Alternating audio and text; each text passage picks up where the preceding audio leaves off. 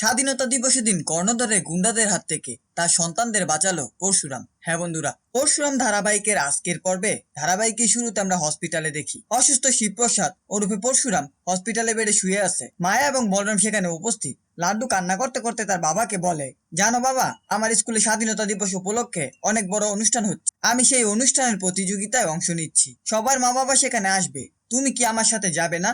তুমি তাড়াতাড়ি সুস্থ হয়ে ওঠো, তারপর আমার সাথে স্কুলে যাবে না? তুমি তো আমার পরশুরাম পা, তুমি এভাবে বেডে শুয়ে থাকতে পারো না। লাড্ডুর কান্না দেখে বলরাম মায়াকে বলে লাড্ডুকে নিয়ে যেতে। তখন মায়া লাড্ডুকে বাইরে নিয়ে যায়। এরপর শিবপ্রসাদ বলরামকে বলে, আমি নিশ্চিত স্কুলের ওই অনুষ্ঠানের দিন কর্ণ চ্যাটার্জি বাচ্চাদের উপর আক্রমণ করতে পারে। তুই অ্যাম্বুলেন্স রেডি কর আর পুরো স্কুল সিকিউরিটি দিয়ে ঘিরে ফেল। বলরাম তখন অবাক হয়ে বলে, কিন্তু সেখানে অ্যাম্বুলেন্স কেন আনবো?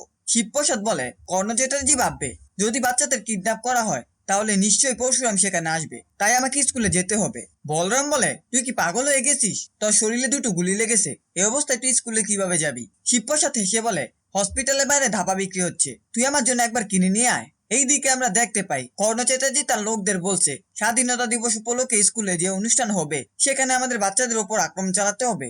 আমি দেখতে চাই পরশুরাম কিভাবে সামলায়। হসপিটালে শিবপ্রসাদ আর স্কুলের গেটে পরশুরাম, এরা কি একই মানুষ নাকি ভিন্ন? লাড্ডু স্কুলে যাওয়ার আগেই আমার লোকেরা পুরো স্কুল ঘিরে রাখবে, ও ঢুকলেই তাকে তুলে নিবে। অন্যদিকে হসপিটালে শিবপ্রসাদ বলরামকে বলে, আমি শতভাগ নিশ্চিত কর্ণ চ্যাটার্জি স্কুলে আক্রমণ করবে। সে ভেবে নিবে শিবপ্রসাদ হসপিটালে শুয়ে আছে আর পরশুরাম স্কুলে হাজির। বলরাম আবারও প্রশ্ন করে, এই শরীরে তুই ওখানে যাবি কিভাবে? শিবপ্রসাদ বলে, আগে বউ সন্তান, তারপর পরশুরাম, আগে আমার সন্তানদের বাঁচাতে হবে। বলরাম কিছু না বলেই পরশুরামকে ডাপা খাইয়ে দেয় এবং বলে, ডাক্তার তোকে এগুলো খেতে নিষেধ করেছে, কিন্তু তারপরও আমি তোকে এটা দিচ্ছি। শিবপ্রসাদ হেসে উত্তর দেয়, মাই ডিয়ার ফ্রেন্ড, আমাকে সুস্থ হতেই হবে, আমার সন্তানদের রক্ষা করতে হবে। এরপর দৃশ্য যায় তটিনীর বাড়িতে। সেখানে তটিনী, লাড্ডু আর পিকলু উপস্থিত। তটিনী খুব কান্না করতে থাকে এবং শিবপ্রসাদের সাথে কাটানো সময়গুলো মনে করতে থাকে। পিকু তার বাবার সাথে কাটানো মুহূর্তগুলো মনে করে কাঁদতে থাকে। অন্যদিকে লাড্ডু তার পরশুরাম পায়ের কথাগুলো মনে করে কান্না করে। কিছুক্ষণ পর লাড্ডু পিকুর কাছে গিয়ে তার মায়ের চোখে জল মুছে দেয় আর বলে, তুমি এভাবে কান্না করো না, দেখবে পা ঠিক হয়ে যাবে।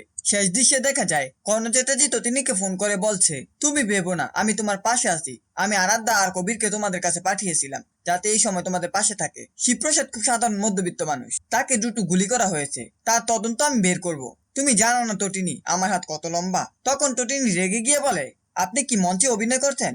আপনার এসব নাটক বন্ধ করুন। আপনার ব্যবসাগুলো ছেড়ে দিয়ে যদি আপনি অভিনয় জগতে আসতেন তাহলে অনেক উন্নতি হতো। আমাকে দেখে কি বোকা মনে হচ্ছে?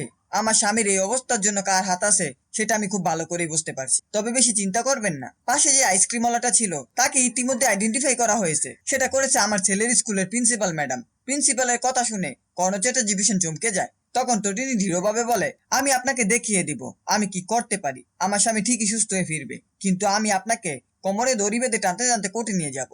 এই ছিল পরশুরাম ধারাবাহিকের আজকের আপডেট। ভিডিওটি ভালো লাগলে চ্যানেলটিকে সাবস্ক্রাইব করে পাশে থাকা বেল আইকনটি অন করে দিন আর আপনাদের মূল্যবান কমেন্ট করতে ভুলবেন না।